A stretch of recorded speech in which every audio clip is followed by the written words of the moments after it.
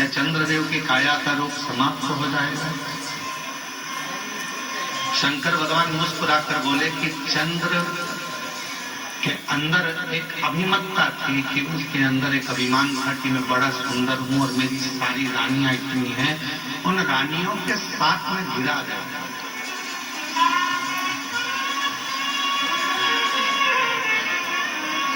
इतनी सुंदर सुंदर मेरी रानियां हैं, उन रानियों के साथ में सबसे सुंदर मैं। और वास्तव था कि चंद्रदेव की सुंदरता इतनी सुंदर थी कि जितनी चंद्रदेव की धर्म पत्नियां थी उनके आगे वो इतनी सुंदर नहीं। चंद्र बड़े सुंदर। तो पार्वती जी ने प्रश्न किया, क्या चंद्रदेव जो काया के रोग से ग्रसित हैं, चंद्रदेव जिनको काया का रोग हो गया है, चंद्रदेव जो काया के रोग से ग्रसित हो गए हैं, क्या उनका रोग मिट जाएगा? शिव जी मुस्कुराए।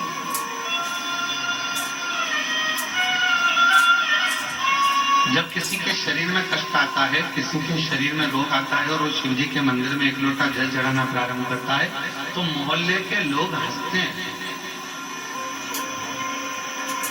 दुनिया के लोग खाना कसते हैं, क्या शिव जी पे जल चढ़ाने से रोग मिट जाएगा?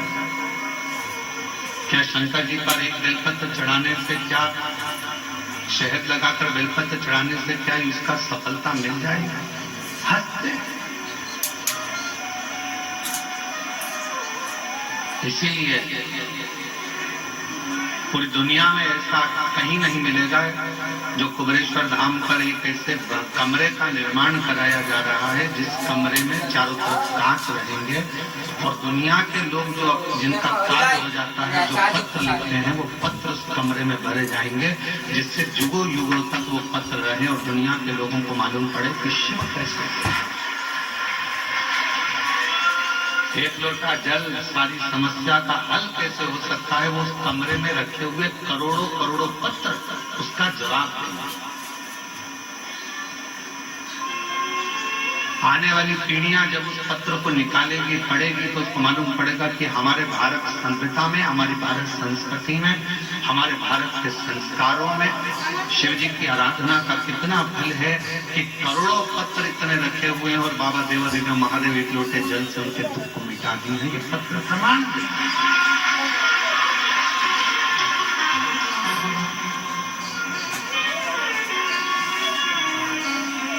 पार्वती जी ने प्रश्न किया, क्या चंद्रदेव की काया का रोग समाप्त होगा? क्या चंद्रदेव की काया का रोग समाप्त हो जाएगा? शिव जी मुस्कुराए, शंकर जी हंसते मुस्कुराए। शिव जी ने मुस्कुराकर पार्वती जी को उत्तर दिया कि तुम कह रही हो कि चंद्र की काया का रोग समाप्त हो जाएगा।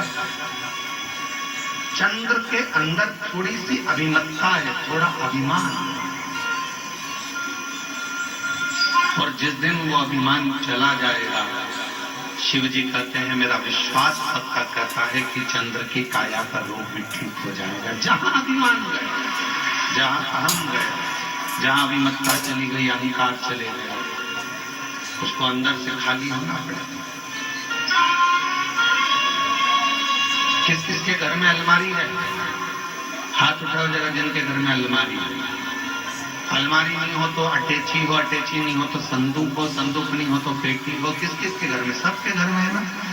और जितने ऑनलाइन कथा श्रवण कर रहे हैं, जितने फेसबुक यूट्यूब पर कथा सुन रहे हैं, पूरा विश्व इस कथा को श्रवण कर रहा है। उनके घर में भी अलमारी होगी, उनके कमरे में भी अलमारी होगी। कमरे में अलमारी में कपड़े जमे होंगे।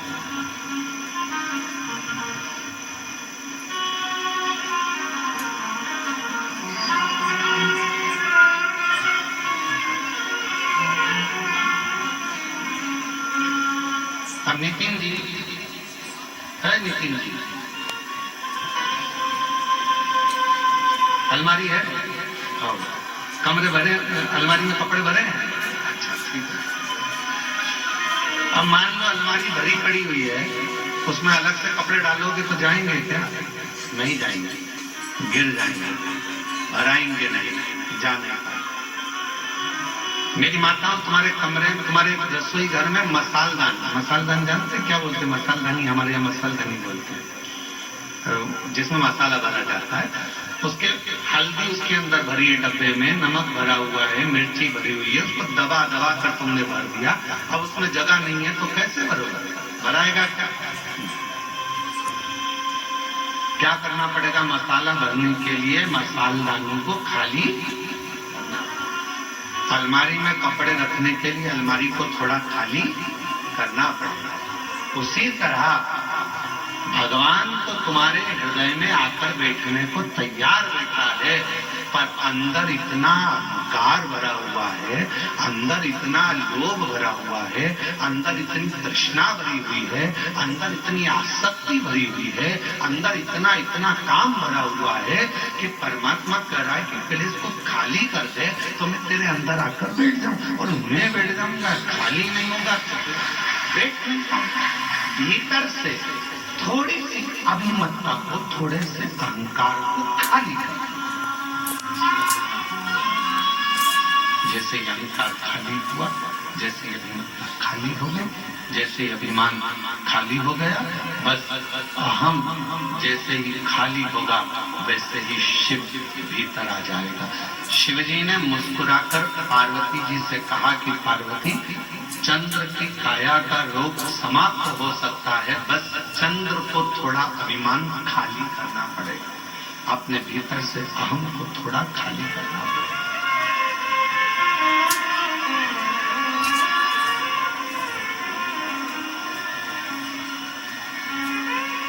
अभिमान जाएगा तो शिव आएगा, अभिमान ही नहीं जाएगा तो शिव कैसे आएगा?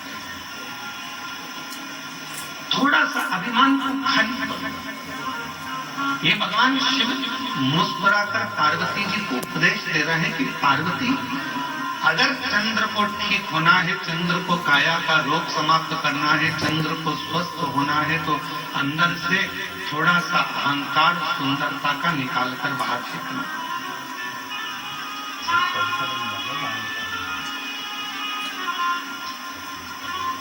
कई लोग कहते हैं एक लोटा जल चढ़ाने से क्या दुख मिट जाएगा? हमने कहा चढ़ाकर देखिए, चढ़ाकर देखिए।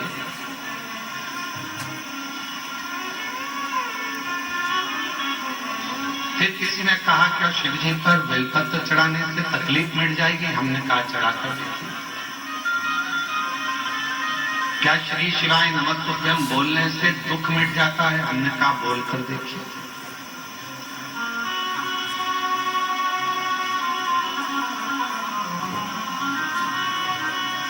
उसको महसूस तो करो।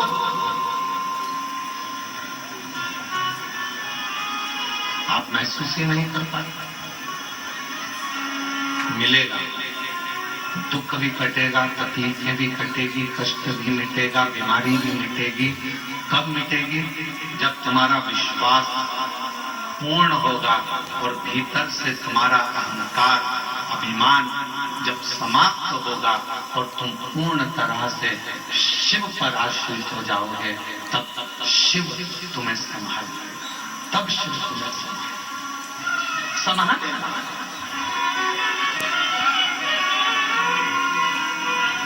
मेरे बच्चे बैठे हुए हैं, मेरी बेटियां बैठी हुई हैं, मेरी जीजियां बैठी हैं, मेरे जीजा बैठे हैं, मेरे माता पिता यहाँ बुजुर्ग बैठे हुए हैं, और जितने यहाँ कथा श्रवण कर रहे हैं या ऑनलाइन कथा श्रवण कर रहे हो आस्था चैनल के माध्यम से, आपसे पूछूं, आप अपने बच्चे को अगर गाड़ी सिखाए हो, बच्चा गाड़ी सीखता है तो पापा पीछे बैठते हैं, बच्चे को कहता है धीरे चला, धीरे चला, धीरे चला। बच्चा कहता पापा गिर जाऊंगा, पापा कहते नहीं गिरेगा, मैं बैठाऊंगा पीछे, क्यों चिंता करता? चल गियर लगा, नीचे से ऐसा कर, धीरे से ब्रेक लगा, देख मोड़ आ रहा है, सावधानी से मोड़। पापा गिर जाऊंगा, तो क्यों चिंता करता है, मैं बैठाऊंगा। एक पत्नी जब गाड़ी सीखती है तो पति पीछे बैठकर उसको सिखाता है, और पत्नी कहती है मुझे आती नहीं है, तो क्यों चिंता करती है, मैं बैठाऊंगा तेरे साथ, क्यों चिंता? चल मैं गाड़ी सिखाता हूँ तेरे को। पत्नी ने पहली बार गाड़ी ली, डोल रही है, हिल रही है गाड़ी, समझ नहीं आ रहा, मैं गिर जाऊंगी। पति बोल रहा है मैं हूं ना, तो क्यों चिंता करती है, मैं हूं तेरे साथ, चल।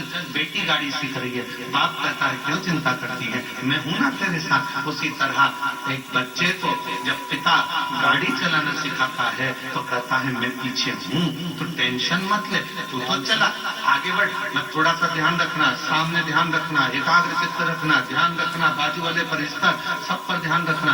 फिर कहा वो बाजू वाला आकर ठुक गया तो इधर वाला ऐसा हो गया, तुझे बाजू वाले से क्या करना, तू तो अपना लक्ष्य निश्चित कर, तू तो आराम से चल, तू आगे बढ़, तू धीरे धीरे चला, आराम से चला। और सुन, जब तुझे लगे कि गाड़ी गिरने वाली है, एकदम थोड़ा सा धीरे धीरे ब्रेक लगाना और दोनों पांव से गाड़ी को टिका लेना, रोक लेना, गिरेगा नहीं। बाप ने समझाया, बेटा गाड़ी चला रहा था, धीरे धीरे कहीं गिरने की भी नौबत आई तो पिता ने उस गाड़ी को संभाल लिया, क्योंकि पीछे वो बैठा था। उसी तरह जब हम शिव को एक लोटा जल चढ़ाते हैं, श्री शिवाय नमस्तुभ्यं कहकर आगे बढ़ते जाते हैं, तो हमारा बाप शंकर भी हमारे साथ बैठकर पीछे पीछे चलता है।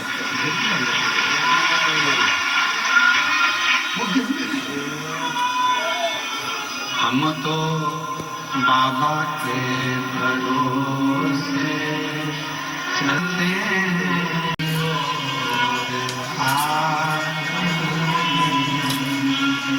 मेरे भोले बाबा तेरे सिवा कोई मुझे भाता नहीं। मेरी दृष्टि में चलते चलते भी कोई कोटला दिखता है, कोई चबूतरा दिखता है तो ऐसा लगता है शिव बैठा। पति बाद में कहता है क्यों हाथ जोड़ रही है, गाड़ी पे बैठे बैठे 4 घंटे से बैठी, 4 घंटे से मेरे साथ चल। कई माताएं बस में छत्तीसगढ़ से निकली होंगी, दामोदर प्रसाद जी आपके साथ बस में जब लोग आए होंगे ना, तो कई माता गाड़ी में अगर कोई स्थान दिख गया, फिर कोई दिख गया, फिर कोई दिख गया, और इतने में पास में पति बैठा, क्या कर रही, पागल हो गई है, के बार मेरे हाथ क्यों जोड़े, शंकर जी। अब पति ने चश्मा निकाला और चश्मे को ऊपर नीचे कर कर देखा तो कहा शंकर जी तो चबूतरे पर कहीं दिख ही नहीं रहे। इतने में पत्नी बोली तुम्हें नहीं दिख रहा पर मुझे दिख रहे हैं, शंकर जी हैं, मुझे समझ में आया, मुझे दिख रहा। कई माताओं की आदत मोटरसाइकिल पे जा रही पति के साथ, तो चौराया दिखाया, कोई मंदिर दिखाया, प्रणाम करा, शिव जी है। अब पति को लगा कि मालूम नहीं किसको प्रणाम करा,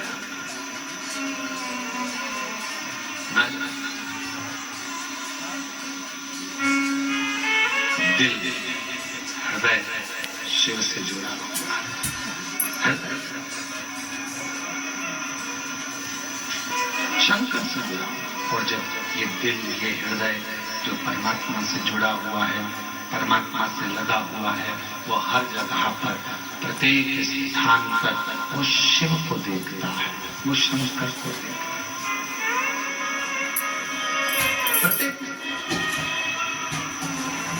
और मेरे भोले तेरा सहारा है, मेरे भोले तेरा सहारा है, मेरी नैया का मेरी नैया का मेरे बाबा तुझे पुकारा है, मेरे भरा जाए। उसी तरह थोड़ा इस मन को भीतर से खाली कर दो तो उसमें यीशु महापुराण की कथा भरा जाए और तुम्हारी जिंदगी जीवन की सार्थकता है। थोड़ा खाली, थोड़ा खाली।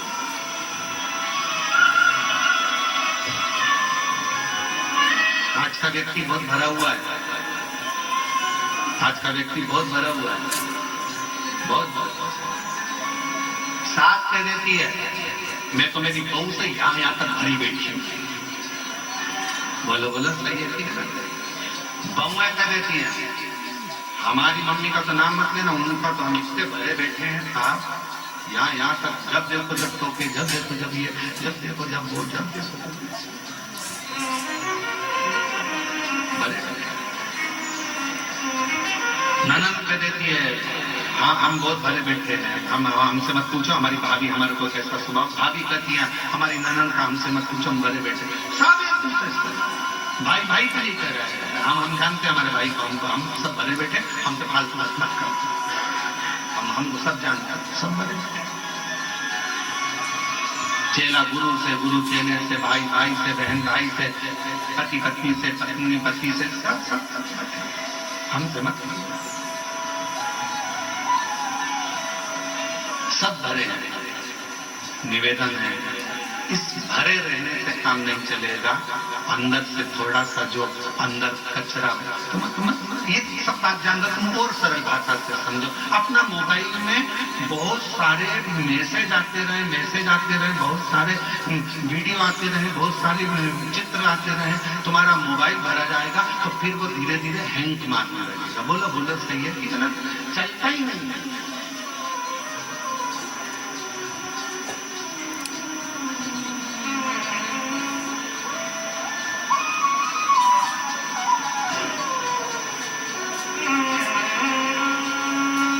चलता ही नहीं,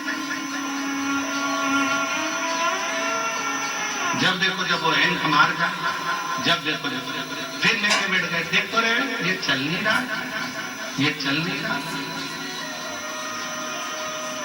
चल ही नहीं रहा, फिर किसी को दिखाया देखना तो क्या इसमें पूरी भरा गई, वो क्या भरा गई, मेमोरी है, मेमोरी बोलते हैं, मेमोरी पूरी भरा चुकी है, इसको खाली करो नहीं तो चलेगा नहीं। फिर बैठे बैठे डिलीट मार रहे हो, डिलीट करते करते करते करते करते करते जब मोबाइल के 25, 50, 100, 150, 2000 मैसेज डिलीट हो गए, मोबाइल अपने आप चलने लगा, धड़ धड़ चलने लगा।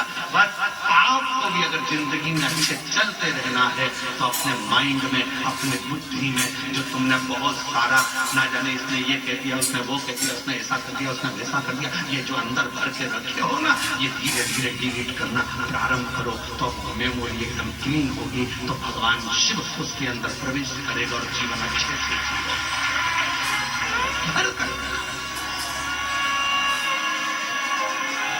बोल बम का नारा है, सारी समस्या का हल श्री शिवाय।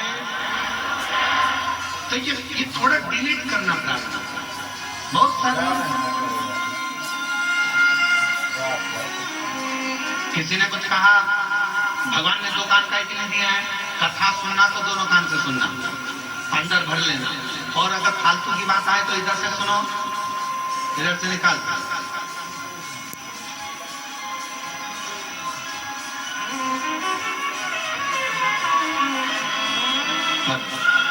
हम निकाल नहीं पाते। ये जितनी मेरी जीजियां बैठी हैं, जितने मेरे जीजा बैठे हैं, जितनी मेरी बेटियां बैठी हैं, जितने मेरे बेटा मेरी माताएं जितनी बैठी हैं, अगर इनसे पूछा जाए कि सत्य बताना, तुम शादी कर कर जब आएंगी अपने पति के घर तो ईमानदारी से बोलना कि तुम्हारी सास ने कुछ कहा, तो सास ने 40 साल पहले जब शादी करके आएगी जो बोला था शादी के दिन, वो बात आज तक अंदर भरी पड़ी हुई, आज तक। किसी जमाई से पूछो, क्यों जीजा जी, ओ जीजा, और मेरे जीजाओं से पूछो, क्यों साहब ससुराल गए थे कोई? अरे एक बार वहां पर पहुंचे थे, दूल्हा बन के तोरण लगाई थी, भोजन करते समय या स्टेज पे कोई थोड़ी भी गड़बड़ी हो गई थी ना, वो बात आज तक अंदर भरी पड़ी है। मैंने ये मांगा था, ये नहीं दिया, और तेरे पिताजी ने मेरे साथ ऐसा किया। 40-50 साल हो गए शादी के, पर वो बुढ़ा भी हो गया तो भी आज तक उसी बात पर लड़ रहा है, वो आज तक याद है, क्योंकि मेमोरी में दर्ज कर दिया, वो डिलीट ही नहीं कर पाता।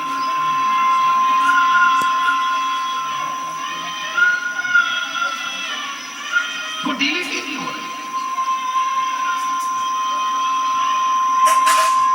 अंदर बैठो, रहे वो बात, अब मिटती नहीं है, कभी कभी याद आ जाती है तो बहू कह देती है हमारे साथ ने तो ऐसा करा था, हम वो याद अभी तक रखी, उसमें से डिलीट नहीं हो रहे। और निवेदन है, अच्छी लाइफ जीना है, अपनी जिंदगी को बड़ा खुश होकर जीना है, और बड़ी एकदम फाइन लाइफ जीने के लिए, एकदम मस्त लाइफ जीने के लिए आपको अपने पुरानी बातों को, जो हो चुका है, किसी ने गलत कर दिया, अच्छा करा, जो करा, पुरानी बातों को भूल जाओ और नई जिंदगी जीने का प्रयास करो, एकदम अच्छी जिंदगी। हम जी नहीं पा रहे।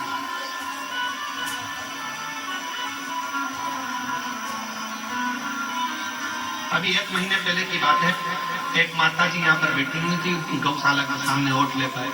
3 दिन हो गए थे उनको। 3 दिन तो हमने समिति के लोगों से कहा जरा मालूम करो क्यों आई है, और यहाँ आकर बैठती और भजन करती, तो पूछो जरा कैसे आना हुआ। तो माला लेके बैठी थी, तो उन्होंने उनको तो नहीं बताया। फिर हम गए गौ माता के पास में गौशाला घूमने, तो हमने पूछ लिया तो जी कहाँ से आई हो, तो उसने बताया हम यहाँ से आए। हमने कहा 3 दिन से तुम आई हो?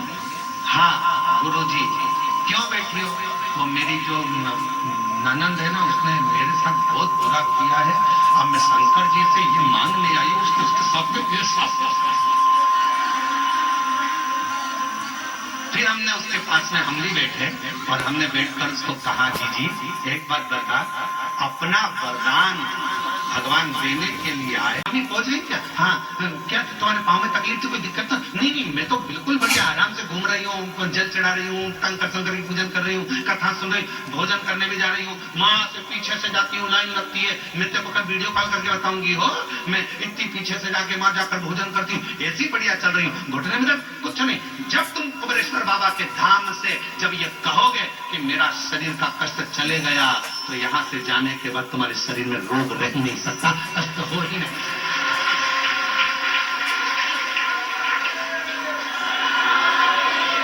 किसी ने कहा वो गठान थी, वो क्या, मैं अभी जल पी रही हूँ ना बाबा के धाम का, मैं सब ठीक हो जाऊंगी और बिल्कुल ठीक हूँ, पहले से आराम और बाबा मुझे अच्छा।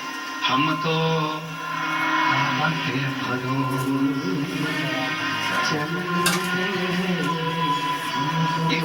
शिव पर आश्रित होकर, शरीर में कष्ट है, मम्मी क्या कर रही हो?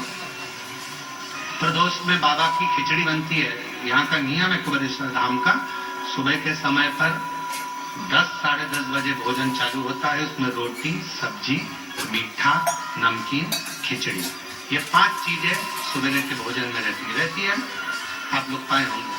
शाम के प्रसाद में केवल खिचड़ी प्रसाद, क्योंकि बाबा को खिचड़ी आती है, तो खिचड़ी प्रसाद जाता है और खिचड़ी प्रसाद ही भोजन में प्राप्त होता है।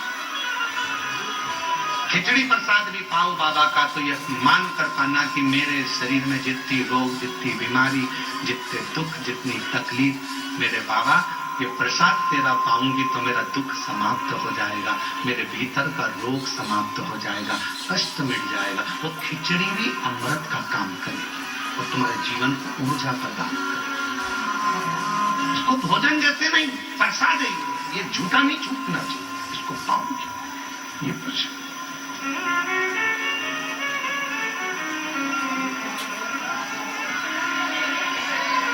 शिव पर आश्रित चंद्र के काया का रोग क्या समाप्त हो सकता है? होगा, क्यों नहीं होगा?